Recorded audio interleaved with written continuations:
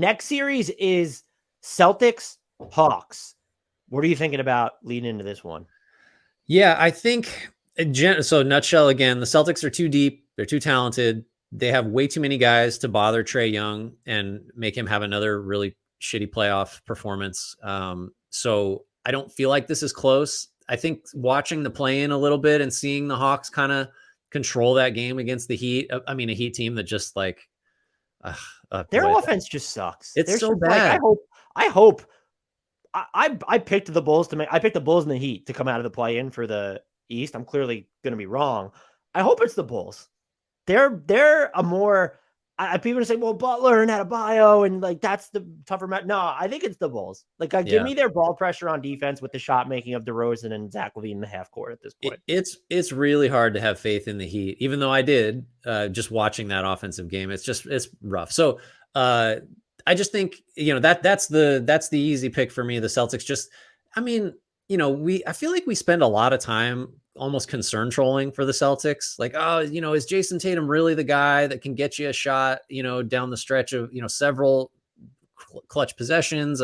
What about the turnovers? Like, Marcus Smart's not like, come on. The Celtics are still awesome. I think they still ended up with the best net rating in the league for the season. So we can get into the details more, but just like by default, a lot's got to go right for Atlanta to even make this interesting.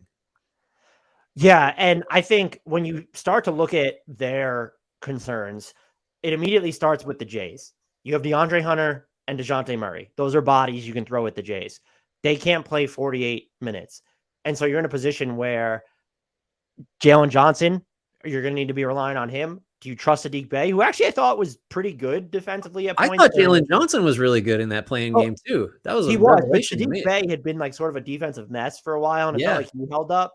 Going up against the Jays is different from that slog fest of the Miami offense. And then also just Derek White this season, when he's defending Trae Young, the Hawks are averaging 1.01 points per possession. That's not great. So if he puts Trae Young in hell, what are sort of your counters there? You do have DeJounte Murray. You do have the John Collins floor game, but that led me to my other question. It's Boston feels like they're going to force, based off how they've played this year, even when RW3 is healthy, Boston feels like they're going to force Atlanta to not play a lot of the dual big stuff where like the Collins Capella minutes are finite to begin with, but like that's going to be more of a decision where like even more of a decision than normal for Atlanta against this team, it feels like. Yeah, there's a lot of interesting looks. So one of the other angles in that playing game between Atlanta and Miami was how dominant Capella was on the boards, on the offensive boards in particular.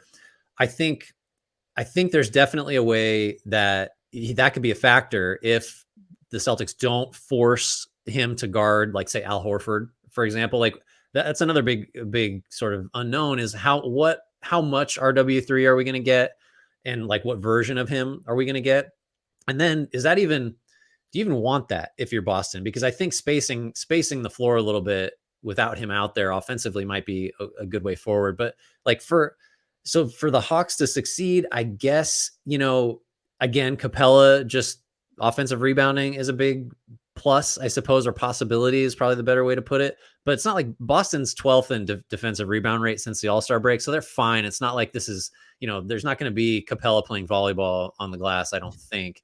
Other than that, I think you probably just depend on, you're going to have to slip screens on switches. You're going to have to, if you're the Hawks, I mean, you're going to have to hope that Young can just make a bunch of really deep threes to pull Boston out a little further from the basket. I think like someone like John Collins is probably going to have to hit threes too.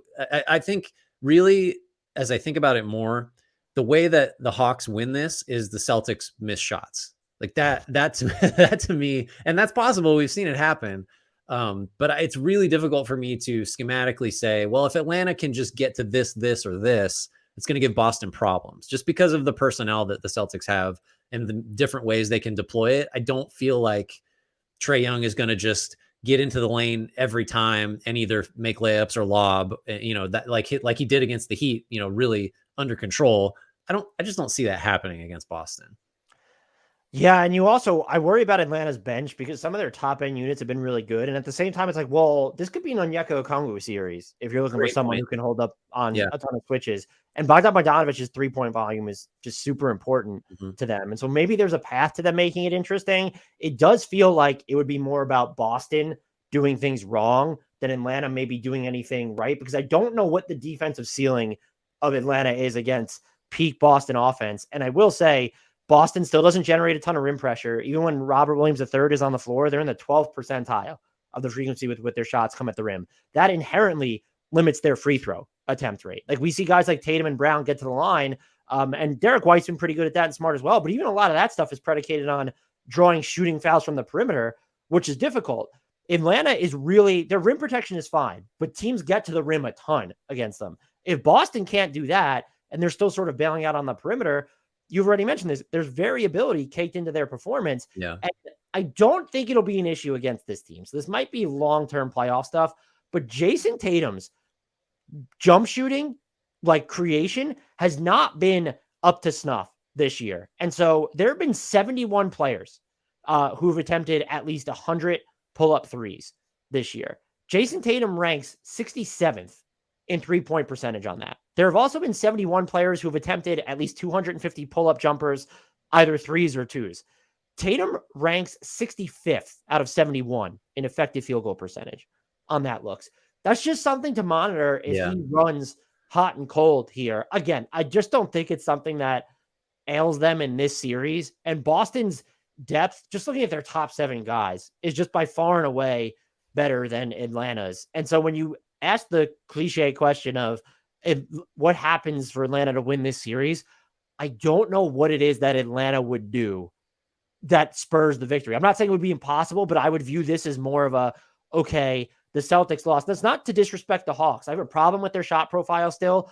I also can't bring myself to care. They were 4th in points scored per possession after the trade deadline. So like the offense is clearly going to work, but like Derek White, I know you just went up against Miami, which has historically defended Trae Young really well.